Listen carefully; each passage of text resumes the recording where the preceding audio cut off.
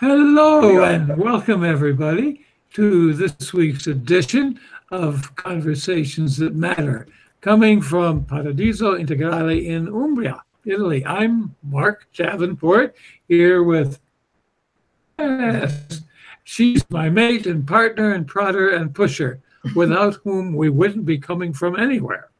Yes. And Heidi, would you now tell people how best to watch and participate? The best thing is when you want to leave your comments, go to the personal page of our guest, who is called Christian Wolf, and the wisdomfactory.net/live-streaming, and you will be redirected to his page. And there you can have some more information and also leave your comments and watch there. Comment as the show progresses. Yes, and they can be brought into the show with their questions, comments, and whatever. And we can ask Christian about those. He will respond, I'm quite sure. Yeah. Oh, speaking of Christian, that's our guest today, Christian Wolf. No further, Christian, please say hello to people so they see your face. Yeah. Hi, Mark. Hi, Heidi. Yeah. Great pleasure talking to you, and thanks for the invitation. Oh, our pleasure. Yeah, we have to say that he is in Austria, and in there you would say not Wolf, but Wolf. Wolf. Right. Okay. Right. Christian Wolf. Okay. But I take any pronunciation, so it's not really a problem. Christian Wolf. Yeah. Okay, there you go. Anyway, Christian has come a long way in his journey, and we'll ask him about that. But a piece of what he's learned is the title of our show, The Language of Silence Beyond Your Thought. Well, may you ask what that means? So we may start off by inquiring into that. But let's first start to get more sense of him by asking him just how he got started on his journey into silence. Would you like to start there, Christian? Yeah, I would like to. You mentioned the keyword inquiry, and actually that's what it's about. What silence is about. What our life is about. Because most people are not really very familiar with what inquiry means. And actually, at the beginning of my life, I wasn't either. And in my personal perception, I was brought up in a very narrowing family and social surrounding, which kind of left me trapped in patterns which I was not really aware at that time. Yeah. So I somehow felt the urge within me to find a way out of these traps and patterns that kind of surrounded me. And as an illegitimate kid at that time, which people are called that way, it was pretty hard because actually it was always at the brink of excommunication in your safe social life. And actually in a lot of societies around the planet, it's still the case. Sure. So considering that, you see, actually it's a good opportunity to observe the mindset of people when watching human beings, which come to this earth on a very innocent basis, don't know very much what's going on, don't know the rules of the society they are brought up in. And instead of telling people or making people familiar with societal rules on a conscious and deliberate level, actually this is going very much beyond your way of thinking about, beyond your way of understanding. Because as a kid, primarily what you're aiming for is you want to be taken care of, you want to be recognized in your being as a newly born human spirit, which actually is not the case in most people's lives. So actually that's somehow the frame I was brought up, and in retrospect, it was a trigger to initiate my journey into, well, in this case, into the language of silence. Because at the beginning, you don't know very much about life, and you have to find a way through a kind of jungle where you don't know which direction to go. You don't have any idea about patterns, about behavioral systems, how patterns develop in family systems, how untold stories, how vulnerabilities and wounds of past generations are transmitted and transferred to the next generation, and how they get integrated in your personal life without you not knowing anything about it. But on the other hand, these are the triggers that you get from life, so to speak, to start your journey and probably to start your purpose in life. So that's how I started, and somehow I feel drawn to be part of this paradigm shift that we are all in, developing a new consciousness, leaving these patriarchal and authoritarian systems behind that have lost their purpose for life at this moment in time. And on the other hand, we are not really sure about what's coming next. But somehow we all feel it, that something is coming next. And the question for me is, well, do we have the courage to go with the flow, so to speak? Or do we resist from this patriarchal mindset that we all have within us too, and is a part of our life so far? And this ambivalence, on the other hand, creates a lot of tension within. And if you're lucky or can see it that way, you can use this tension and these polarities that are part of your personal life to keep going, to find new ways of life, well, to penetrate reality in a more and more subtle way. So that's what I would say as a starting point. Yeah, and you started at the beginning and then you jumped very close to the end there. I was wondering, what happened along the way? Were there some milestone moments where, you noticed something changed? Mm-hmm. Well, actually, when I started dealing with presence, it began to change. When I was around 30, I started meditation. Mm-hmm. And this was one of the turning points in my life, because when I got in contact with silence, or with this realm of silence, and when I got aware about this realm beyond your thinking, your usual thinking, this was definitely one of the turning points in my life. Yeah. So that we are already on the topic, what does it mean of silence beyond thinking? I mean, people might not be familiar with meditation, and there are also many different ways of meditation. Yeah.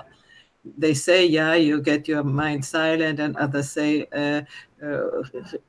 repeat some words and so on. Is that silence and so on? Could you talk a little bit about that? What you understand about silence, and also okay. Yes. Well, for most people, when you start talking about meditation, it's about this sitting in silence. You see, they have these images in their mind where the monks sitting in silence for hours and sometimes days. Actually, well, it is a kind of meditation. In my understanding, meditation is what the three of us are doing now. If we are present, if we are listening to each other, if we are open to what's coming up or what wants to come up beyond what we plan or what we expect from the three of us, for me, that's meditation. Because meditation, in essence, for me, is going beyond thought, which for a lot of people is pretty scary, because they are simply used to their thoughts. They listen to what's going on in their head, and that's what Descartes said was cogito ergo sum, which actually means I recognize, that's why I am. Most people translate it with I think, that's why I am. Yeah. And for me, there's a difference between recognizing and thinking. But in the general mindset, it's thinking, that's why I am. So and that's part of the imagination of identity. So for most people. So thinking is identity for most people. And when you take away the thinking, so what's left? Sure. And the thing is, when you realize that you think all the time, it took me, I think I was, the first courses in NLP, and they made me aware that you always are thinking. There's always something going on. And before, I really didn't know.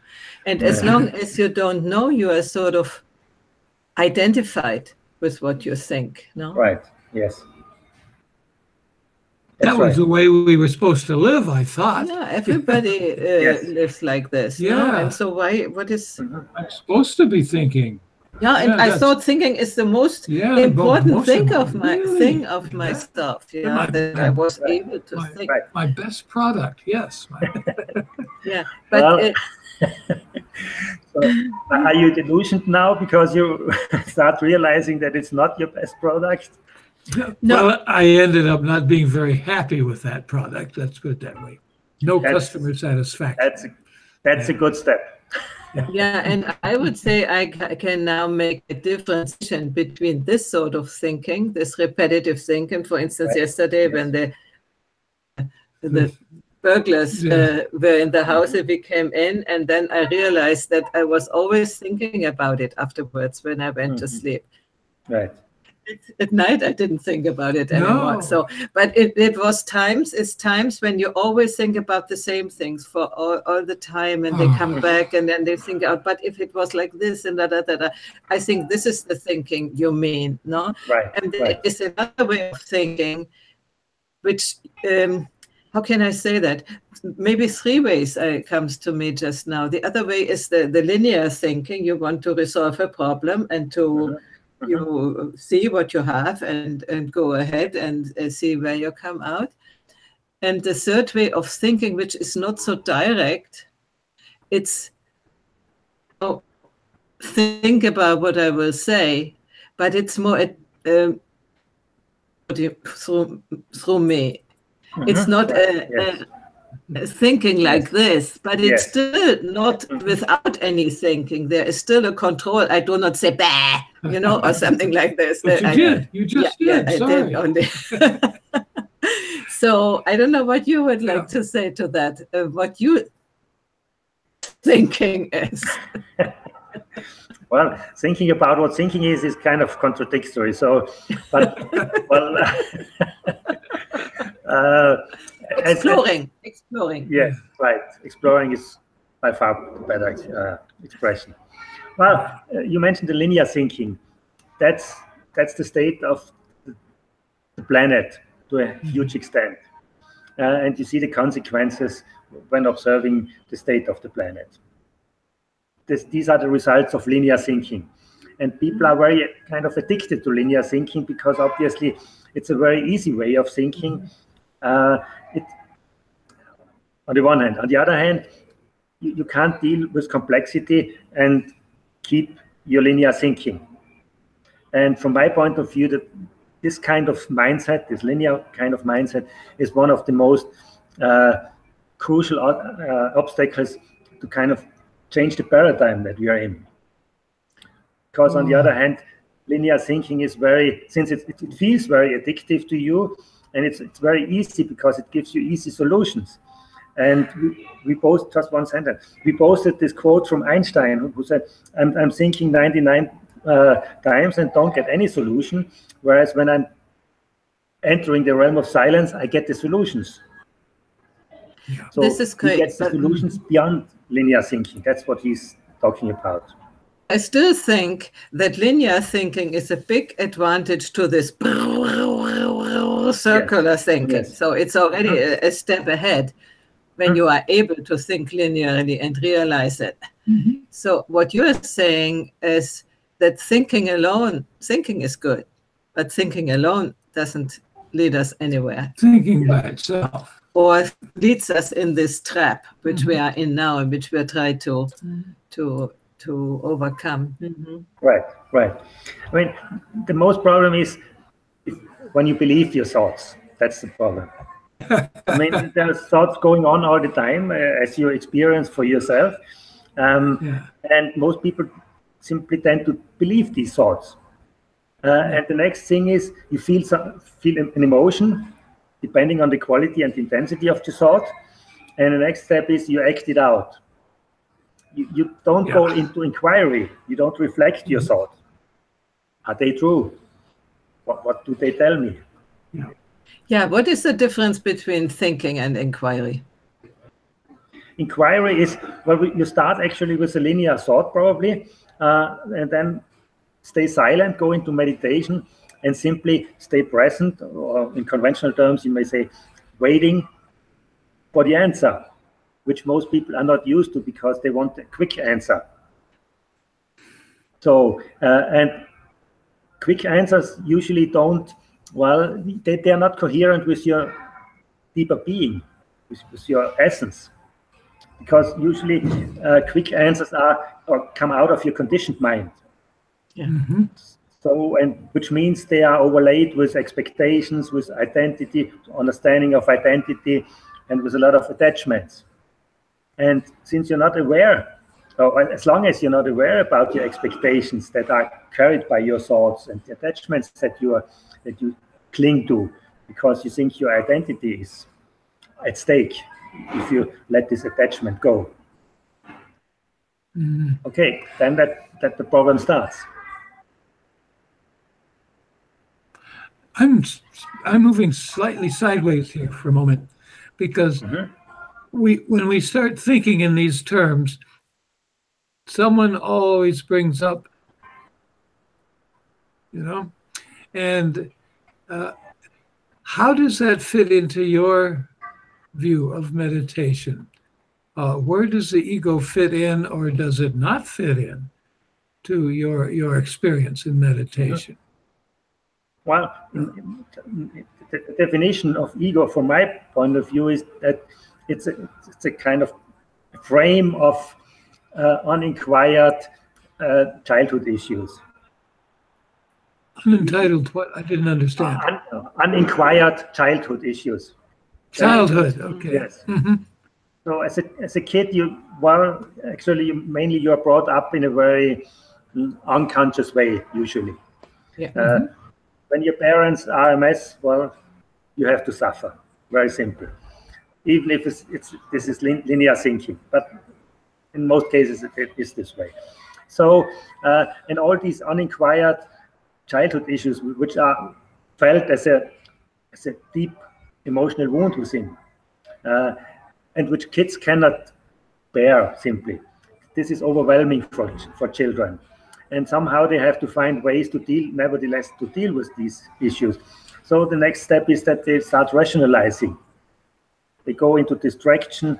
They try to numb their sensations down, because just to get out of these overwhelming sensations, these emotions that are always there and that are stored in your physicality. So you can't escape these emotions, but you try to keep them down or to escape them by rationalizing, which leads to linear thinking again. And the next step is that you face in conversations, I guess you experience it for yourself. When you're very direct in your questioning, people try to distract, go sideways, find answers that, well, are not linked to the question. Just like this metaphor with the elephant, when somebody is talking about what is an elephant, it's just a nose, and noses are like worms, and worms are. So you distract yourself to worms because you're familiar with worms, but not with elephants. And maybe That's a common strategy for a lot of people. Yes, and maybe I just did that by taking a sidestep to ask about ego, rather than following your train of thought. You can meditate on that and find the answer.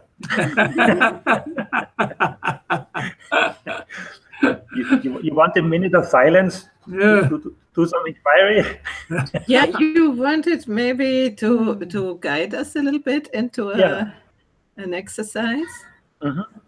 Well, the most simple thing is, if you just take 1 minute, just not talking.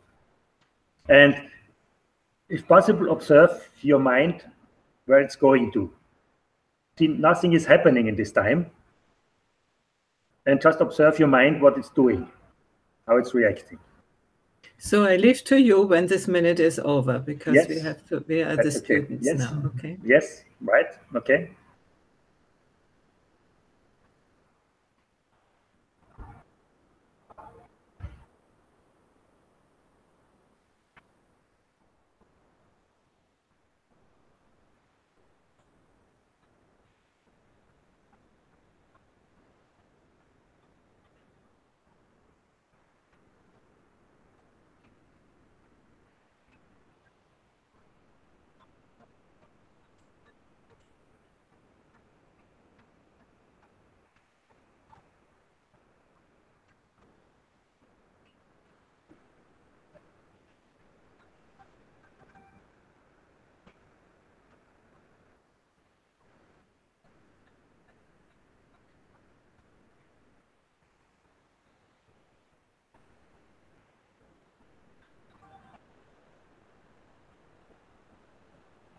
So this should be approximately about a minute. Okay. And what has been your experience? How is your mind reacting? Oh my goodness. It was pretty Okay. busy much of this time. Right. Yes. I was thinking about our joke about dead air time, you know, Yes. the thing that can't happen in live broadcasting. Yes. And I had to laugh Right, at the situation. And I imagined you sitting there checking your watch and so forth. But nonetheless, despite that, there was a few moments when I could just be down and watching this all go by and not worrying about how it was going or how it was going to work out. It was, and how did this feel? These moments? oh, well, it was quiet and calm and good humored. Good humored. Yes. For me, it was that the first moment I sort of dropped down, and then I thought about what the task is, you know. Yeah, you should observe, and then I say, yeah, I observe that I should observe, and it was a sort of inspiration, and I was laughing, halfway laughing. Right. And then I observed. I often listen to sounds when I go into silence, you know, whatever is around, and this is, but I also knew that I was doing it. So in some way, I'm accompanying what I'm doing, what I'm observing. And I'm not sure if that are thoughts or what it is, but how can I say? For instance, when at a certain moment I thought, no, now I should show us because we are sitting here like, and nobody sees us. So I went to make that happen, and then I was out, and then I was a little bit in again. But the feeling that I see the thoughts, but I cannot stop them. But I sort of have sometimes I'm laughing about it. Look, you are thinking that again, or you are doing that again. As I would like to ask you, is that thinking? When I say, and now I'm thinking about that, or now I'm hearing this noise, and now I'm hearing that, is that considered thinking? Or is it just a description of what is? Well, actually, what you're doing is making a step back. Which usually is a big alleviation, because the most stressful thoughts or the most stressful situations that people are in is when they just keep thinking all these repetitive thoughts, which manifest in daily repetitive encounters. So people are searching for freedom all over the planet, not knowing what we are really talking about. And usually it's freedom of mind noise. Freedom of the thoughts, of these repetitive thoughts that show up all the time. And when you make a step back, you feel there's an alleviation. On the other hand, what you can observe is, okay, what expectations are going on in my mind? Going to outside, for example. okay, what do people expect when they are watching the Hangout? We are sitting in here like this. What do they think about us? What this helps you is kind of to detect deeper laying belief systems within you that usually limit, well, your way of expression as a human being. So that's what's happening at the beginning. And I had a funny encounter when I had a meditation workshop, and one of the participants started to tell me about the hardships in her private life and her professional life, and how glad she is that she has now 3 times of free space to be here and have nothing to do with all these hardships. The moment we started meditating, or the moment we finished the first meditation, she started complaining. Oh my God, I am so busy, I have to go back home because there are a lot of tasks waiting for me. My family is waiting for me. Without me, they can't survive. Stuff like that. I'm exaggerating a little bit. And my professional life, my job surrounding is breaking down without my contribution, and a lot of distractions and things like that. You see, when you go into silence, it's really like looking through a microscope and getting to know every detail about what's really going on within you, what's really going on, not what you think is going on, because in most cases you don't have any idea what's really going on.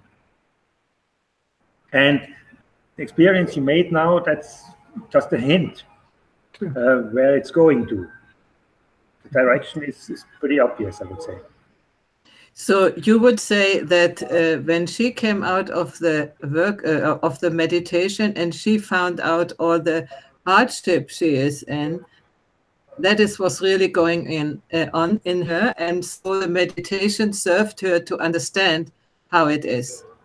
Was it right, or is it? Well, it could have shown her to understand, but what's happening in situations like these, especially as a beginner,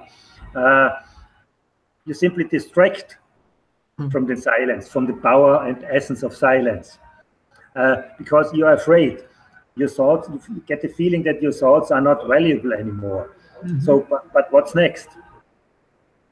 What can I cling to? What can I hold to without my thoughts? Actually, without the imagined identity that I had up till now. So that's very scary for a lot of people, at least at the beginning, when you start dealing with meditation or silence. And as I said, meditation does not mean that you have to sit here at the spot for hours and in silence and doing nothing. That's not the main aspect of meditation. Yeah. But entering or changing the space from thinking to silence is very scary, because you simply get to know yourself from a completely different viewpoint. So let's go to silence. What exactly is silence? Is it, we hear noises behind you, we hear noises here, and even we were a minute silent because we didn't speak what is going on. Is that silence, or do you think absolute silence, or how can you define this silence? Well, at the beginning, most people think about silence that it's happening at the outside, from at the outside of your body. With some experience, you will get to know that there's some silence within. And if you have a look at the poem that I sent you about the bird's noise merging with the silence of your being. Okay, the song of a bird softly merging with your silent being. Yeah, and if you try to imagine that you are the one in this moment, it's very silent within you, and then all of a sudden you hear the sound of a bird. And this is just one moment in time, or depending how you can see it, in infinity, which actually on a deeper level is just one moment all the time. So the poem points to that there is a silence, and within this silence you really get to experience a lot of outside, perceptions, different kind of perceptions. And usually you don't realize these perceptions, because you walk your way you're so busy dealing with your mind, you don't hear the word at all. I once had a client who was about to change from Germany to China, and he was very, when you see him walking, he was very loaded on his shoulders, was walking like this. And I asked him, in the morning, when you walk from your home to your office, do you hear the birds? And he looked at me and said, what stupid things are you asking me? And the question points to, are you able to be in this moment with your inner silence or inner stillness, depends how you want to name it, and are you able to experience the play of life, the subtlety of this play of life? Because linear thinking excludes all these aspects. Absolutely, yeah. I often realize when I in my thoughts, oh, I haven't seen the cloud. Right. Oh, I haven't seen that. And oh, now I see it, you know. Yes. And I'm always grateful that I come back to seeing and hearing it. Sometimes it's a defense. Like, I didn't hear you. Yeah, but you were very mindful in placing these flowers at your back. Yeah. And that's wonderful. I cut them today. Yes, that's wonderful. And I love the smell when it fills the whole room, Yes. you know. Yeah. You see, and when you start smelling these flowers, you get a connection to your deeper being. You cannot grasp this with linear thinking. This is have to go beyond. experience. Yes, Yeah. you have to go beyond. And this moment, you smell the intensity of the flower. Well, you can only really be within or experience this smell when you're silent and hence connected to your being. Moment when you said it, I have understood what you mean, the silence which goes beyond thought. That was exactly the Yes. moment when I got Right. it. Because before I didn't really know. Yeah. It's a wonderful what way it of means. understanding it. Yeah. Did you miss your thoughts in this Oh, moment? no. Yes, that's it. That's it. absolutely. When you are in there, you don't really. Mhm. When it comes out, I might be a bit distracted when I distracted in the sense to what is required, you know. But in that moment, it's really only. Yeah. Yes. Your mind That may, intensity. your mind may distract you. Yeah. Because actually when you experience beauty in which way ever, well, metaphorically speaking, your mind gets jealous. That's a good idea. Competition. Yeah. Yes. Of nature. From reality. That's how your mind works, because he's comparing all the time. And you had your experience, I guess, when you observe somebody, you compare it with yourself, you probably feel a lack within yourself. You say, okay, he can do, she can do it, I can't, things like that. So I've been Your mind is- I've been thinking about ways to say what you're saying better than you are. Yes. Okay. That is Go one ahead. of his jokes. Don't forget it. He's joking all the time. Yeah, but It's no it's all problem. right. You can say it better. No, I don't know. I was I thinking about the intensity of smelling the flower. And Yes. if we're really listening, it can be that intense. Yeah. Yeah. Right. And most of all, if you listen beyond the words or between the words, because usually you can take the example of a book. The letters are written on white space. So everything, actually, life is happening within space. And linear mind excludes space. So this is a linear way of seeing the world. And when you come to understand that life is, well, happening within space, that's an option where you can change your way of thinking. That you change from this linear way of thinking, and if you observe your thinking, and at the same time check your sensations that go along with the thoughts, you probably feel that linear thinking is very narrowing within. You create tension within your physical body. Ah, it does. It does. Yes, exactly. And this is the hint that you're on the linear thinking mode.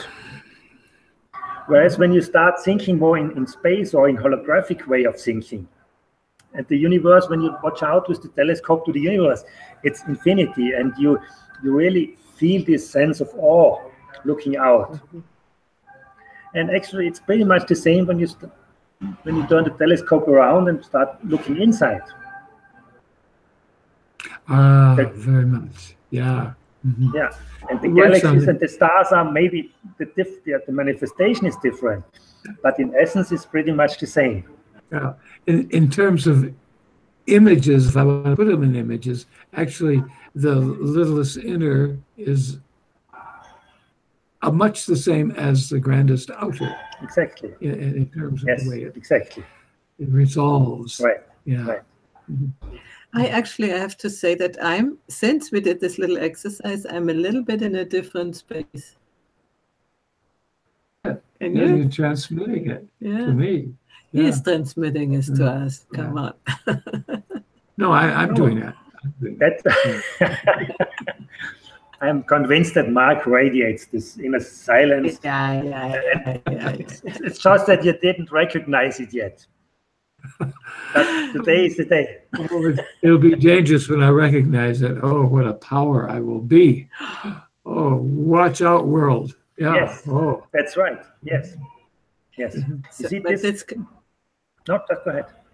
I wanted to say this brings me back that you are doing workshops of silence, let's say, no? And I wanted to ask you how that works and where it is, and are you doing it also online or only in German, and all the information a little bit around what you are doing. I saw often in Facebook people, you can connect with him on Facebook, both languages.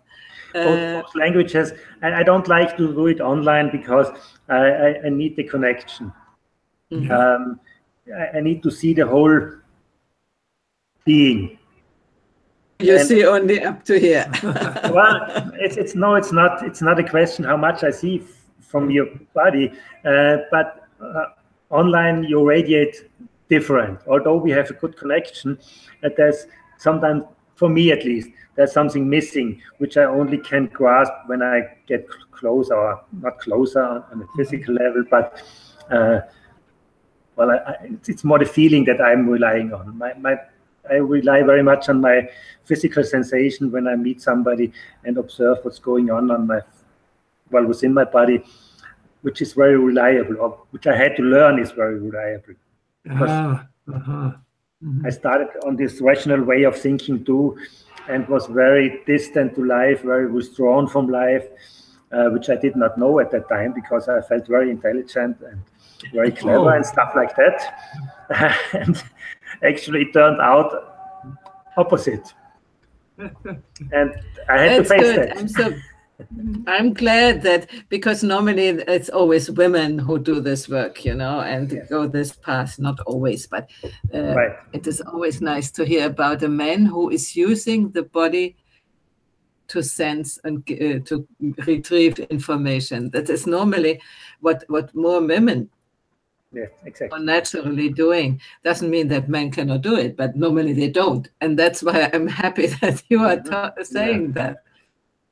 Well, it's a tricky aspect you're mentioning, because men are conditioned in a certain way to act out these conditionings in the world, and don't see to a huge extent what kind of lack this means for male expansion or male growth. So we as men are not born and not conditioned with a way of expressing our emotions or getting contact to our emotions and dealing with them in a coherent way, but are more learned to kind of hold them back, to withdraw when it comes to emotions and to sensitivities, not cry, stuff like that. Actually, that's why I really liked the current Star Wars movie, because this turns this male-female aspect around, turns it opposite. And usually it's the females that interrupt the plan, the strict goal, and you're heading for it. And in this case, it's just opposite, that the women are very well nurturing, very much thinking in terms of how can we get out of this box of war, and actually war starts just in your mind. War is the consequence of linear thinking, because you start comparing, you start believing, you are convinced about what's going on, you are convinced about that you are the right one, you are right, and the other is wrong. For sure. And the moment you're attached to that, this is the beginning of war. And people don't understand that because they are so attached to their, I want to be right. Yeah. And yeah, look out at the world. I'm glad you brought that up, because everything we project out there is from within us. Exactly. Yeah. It's the attachment to our thinking, to our thoughts, to our belief systems that are sometimes very deep within ourselves, but which makes it hard to kind of approach them. And you can only approach them when you get into silence, when you get an idea about what presence means, when you start feeling your individual awareness, which actually is the bridge, the connection between absolute silence and what's happening in daily reality. So when you get aware of these aspects, you have a chance to kind of let go of your attached and dense thoughts, and that's a good beginning. And the Star Wars movie is turning all this around. I want to interrupt a little bit. I was just remembering that we have viewers and that they might have written some comment. And there's Gina in the audience and has written comments. And somebody else also, player here. I'm glad to think linear, but very often I'm in multitasking mode. This is vibrations. From the beginning, soul on a transcendental level and are mixed with conscious and unconscious thoughts. This was from player, and then it was written ego, yeah. And then there is Gina, and she said, I just had a sense of joy. 1 minute is tough to settle. That was probably when we had the 1 minute session, and I completely forgot my task as a show host, you know. I find that in the physical group, there is an energetic vibe that can be picked up if the group is in a good space. So I understand that through a computer, we might only have our own vibration. Oh. So she's agreeing with you. Yeah. No, she mentioned joy. And with linear thinking, you cannot experience joy. Joy is beyond linear thinking. Yeah. Oh, that's true. There's no thought then. There's just a feeling. Yes. Just the sensation. Yes. The experience. I never thought about that. I think I feel joyful. No, it doesn't happen. You just have to observe the feeling. You think the thought and then observe the feeling, and then it tells you if it's coherent with you, if the thought is true. I think I feel joyful, but it doesn't work. but actually, a common phrase. A lot of people, when you ask them, how do you feel, say, I think I'm happy. I think I'm this or that. Actually, this is really happening that way. And you cannot think about how you feel. Either you feel it or you don't feel it. You cannot think it. Well, I'm thinking about what it's safe for me to say I feel. Yes. Okay. One other of his jokes, I think you begin to understand. Yes. Slowly. Oh, it's not that. Oh, but okay. I feel we have interrupted you a little bit. No, so. That's fine. See, that's happening the way it happens, and that's fine, no matter what. So, since I have internet and since I'm doing these talks with people, I feel so much more connected. And for me, before I did telephone, you know, and for me, the possibility that we see each other is so much more. And I have experience when I then see the people in person, I have the feeling I already know them. You know, that it's not much difference. I have to say, because we did even constellations and things like that in a virtual setting with 15 people in Zoom, and it did work. You can even via internet have a certain group feeling. Yes. It might be nicer in person. Yeah, Yes. that's for sure. Yeah. But it's possible, and I'm extremely grateful that we have this possibilities. It's amazing. Yes, definitely. 10 years ago, we wouldn't have thought about this. You know, that's absolutely good. We do evolve with our technology. Also, Yeah, absolutely. No, it can bring together people quite a lot. It can separate people depending on your mindset. That's the main aspect.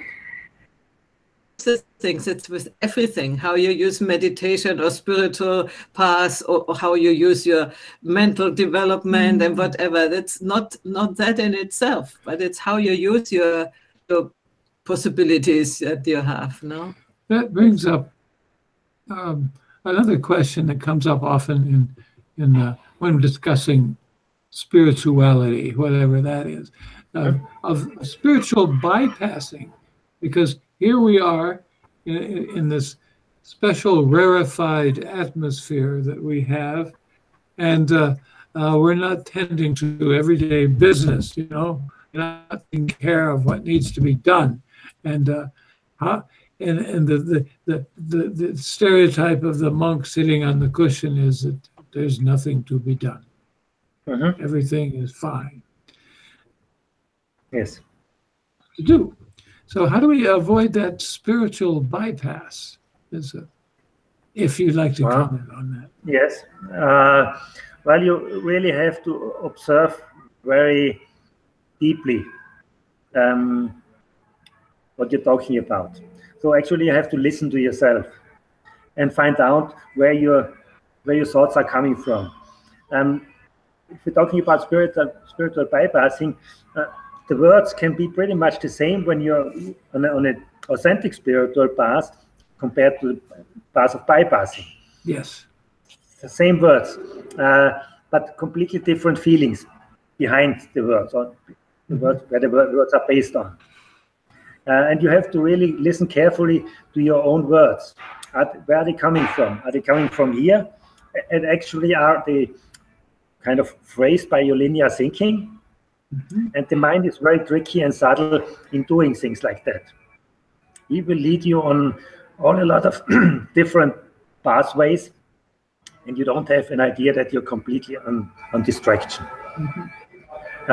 Whereas when sometimes you have to go this way because simply to discover what's real for you. And it's a completely different feeling when you're talking in an authentic way, because it's coming from here. And these are metaphors too. Yeah. It could be from your toe too, no problem about that. But just listen to yourself. How does it feel? If I get approached by life's impulses, do I want to distract? Or can I stay within this moment without distraction, listening to myself, waiting, be present, and listen for the answer?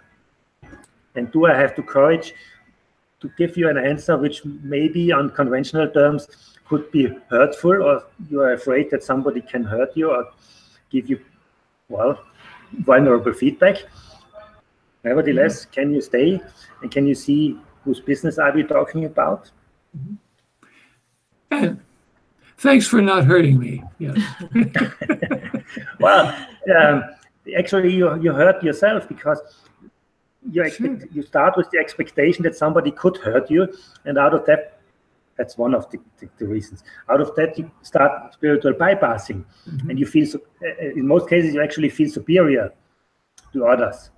Can you feel that you are looking down on somebody else when you're talking?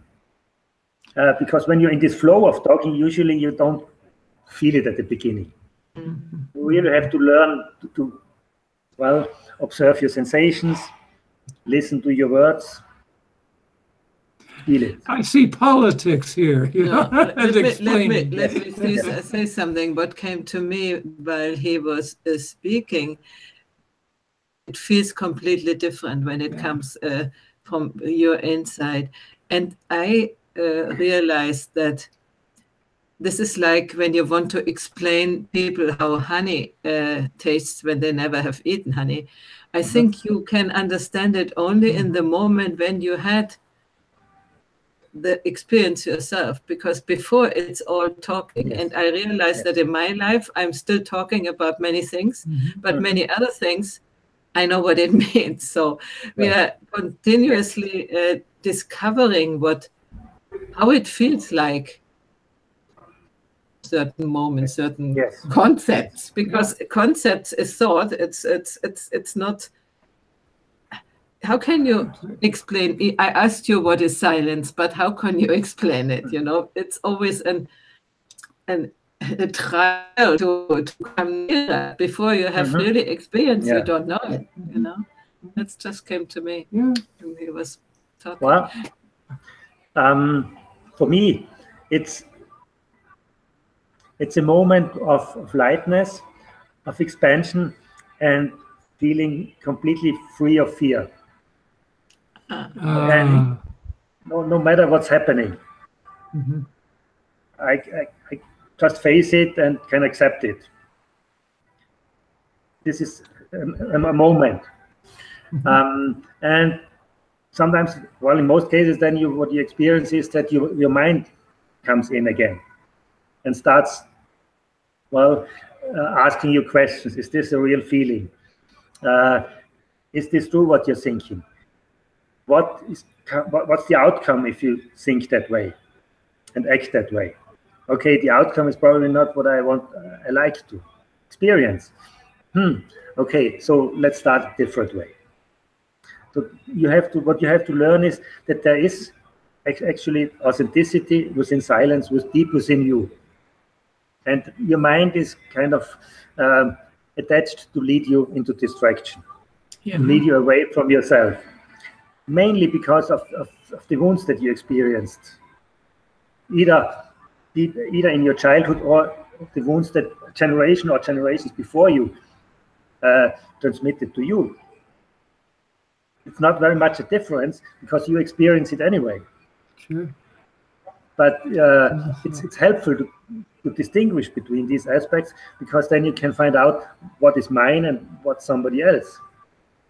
Yeah. Most thought patterns and systemic patterns that we are brought up with are not ours, in essence. We learn it, we believe it. Our parents tell us, we believe it, depending on our sense of freedom and our sense of being able to go deeper into reality. When you're able to go deeper into reality, you don't believe anything people tell you. You start questioning it. Yeah. You get a sense of what's right and wrong. And you don't even believe what you tell yourself. Exactly. You know, that's the thing. Yes. And this is the most difficult exercise, I think, because what you describe when you feel something and then you go away with the thoughts, this is so unperceivable often that you catch yourself only when you are 3 kilometers out. Yes, right. It's been going on for a while. Yeah, and I think when I look back into my past, long time of my life where I couldn't do that, where I didn't even realize that. Yes. So I imagine that it's still very difficult for most people to even see that they are not feeling anymore, but they are already talking about feeling or thinking about feeling. Yes, right. Well, feeling actually is a kind of revolutionary aspect in our society, because feeling are related to your inner truths. And if you just follow your truths, this can have revolutionary consequences. Because actually, if you stick to your truths in a conversation, you're challenging the identity of your conversational partners. Yes, you are. No matter what.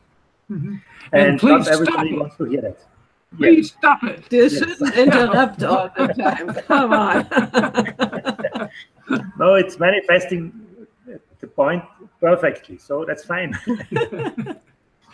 But actually, people are really afraid of getting challenged with their identity. Oh, yeah. Absolutely, absolutely, and yeah, when you have passed once a crisis of identity, you know what it is, and then afterwards you are not so afraid anymore. Yes, right. You have to do it, you know. So. Yeah. But if you are afraid of somebody being afraid of getting challenged, so if you are afraid of somebody else getting challenged and then feeding it back to you, you won't challenge, and you won't. And the next step is that you get away from your authenticity. Yeah. And you even get sort of dependent from the other. You give your power away, I would say, Yes, to the other yes. person. You know. Yes. Yeah. But mainly because you're heading for approval. Heading for. Approval. You want to be loved. You want to be approved by somebody. You want to be liked, accepted, things like that.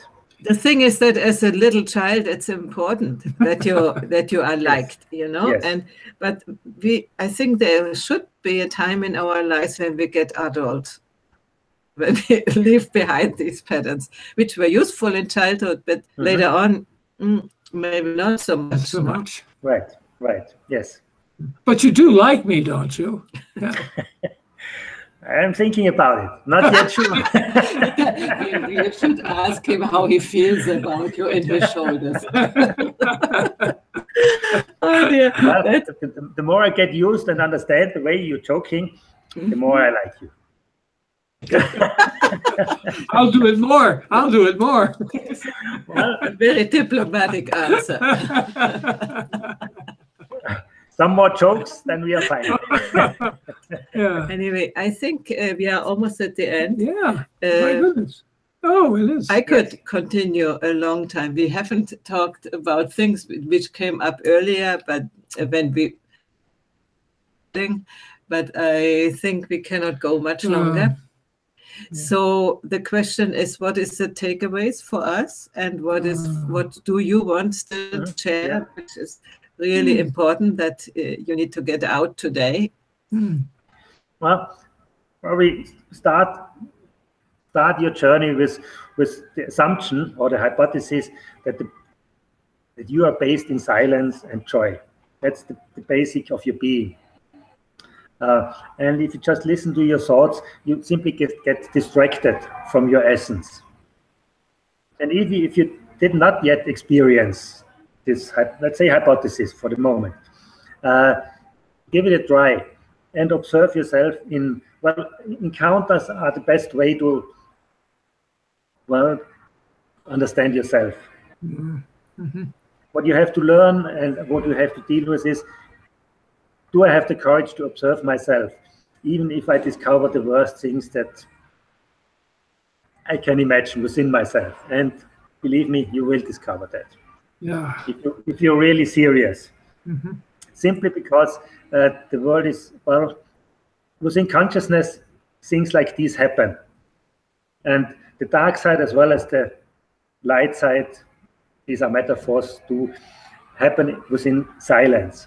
And if you have the courage to stay in silence and to observe these aspects, you really get a completely different sense of your identity,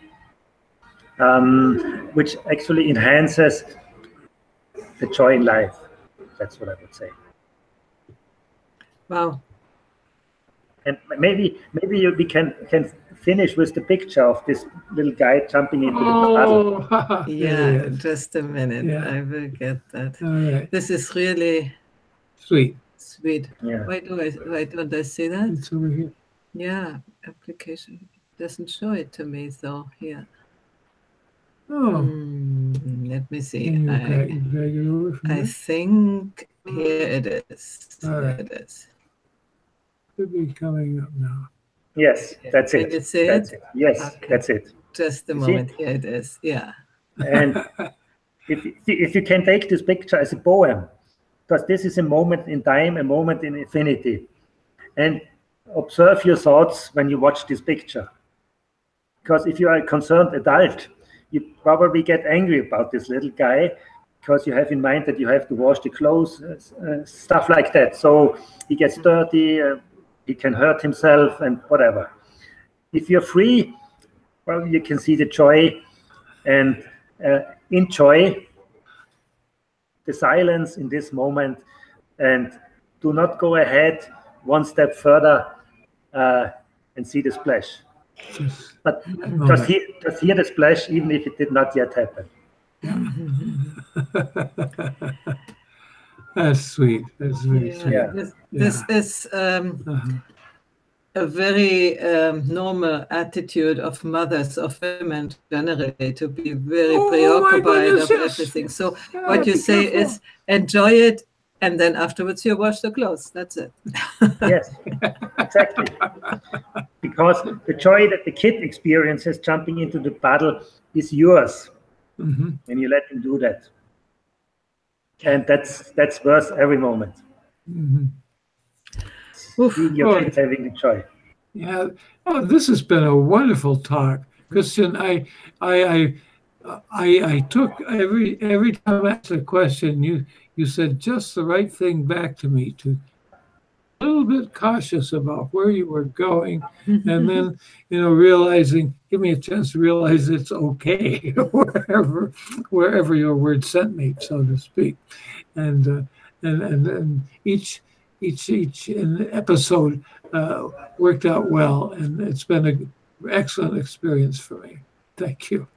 Yeah, I'm very glad to hear that. Thank you very much. And for me, as I said before, it was a sort also of transmission. I felt something which brought me in a different state of consciousness. Also, as the tech guy, I always, am a little bit out too, and at the same time inside the conversation. But it was really great. It's rarely that I feel that during a thing like this. So thank you. Yeah, thank you. Thank you both of you for inviting me, and it was a great pleasure talking to you. It was a great pleasure that you were here, and maybe we can do it once in German, as I said before. Yes, very welcome. Do people know how to get hold of Christian? Yeah, Christian, would you like to say your website and where you are, so that people can see if they can join your live? Okay, the website is whitespace.pro, P-R-O, so like professional. I'm based in Innsbruck, Austria, Tyrol, west of Austria, and actually I'm working wherever somebody, wants me to be. Okay, so just connect with Christian there, and when you go from Germany to Italy to visit us in Paradiso Integrale in Umbria, you pass by. And last time we missed each other, Christian and us, and last time we passed. Well, next time we will see in person. Okay. Yep. So, whoever passes by, give me a note, and I'm happy to meet and converse. Thank you, everybody who have watched now and who will watch later, and feel free. What about your takeaway? I said it. Didn't you listen? You were not present. I was in my outro and acknowledging the viewers who were live there, and I really appreciate you. And especially when you write a comment, and when you listen later, please feel free and write your comments, and we can come later and answer to that. And if there is one question, you can ask it directly to Christian via his website, or putting here the comment, and I will tell him that there is a comment. So he will answer to that. Okay? So see you next week for the last appointment in Conversation That Matters will be about integral psychology. So bye-bye for now. Bye-bye.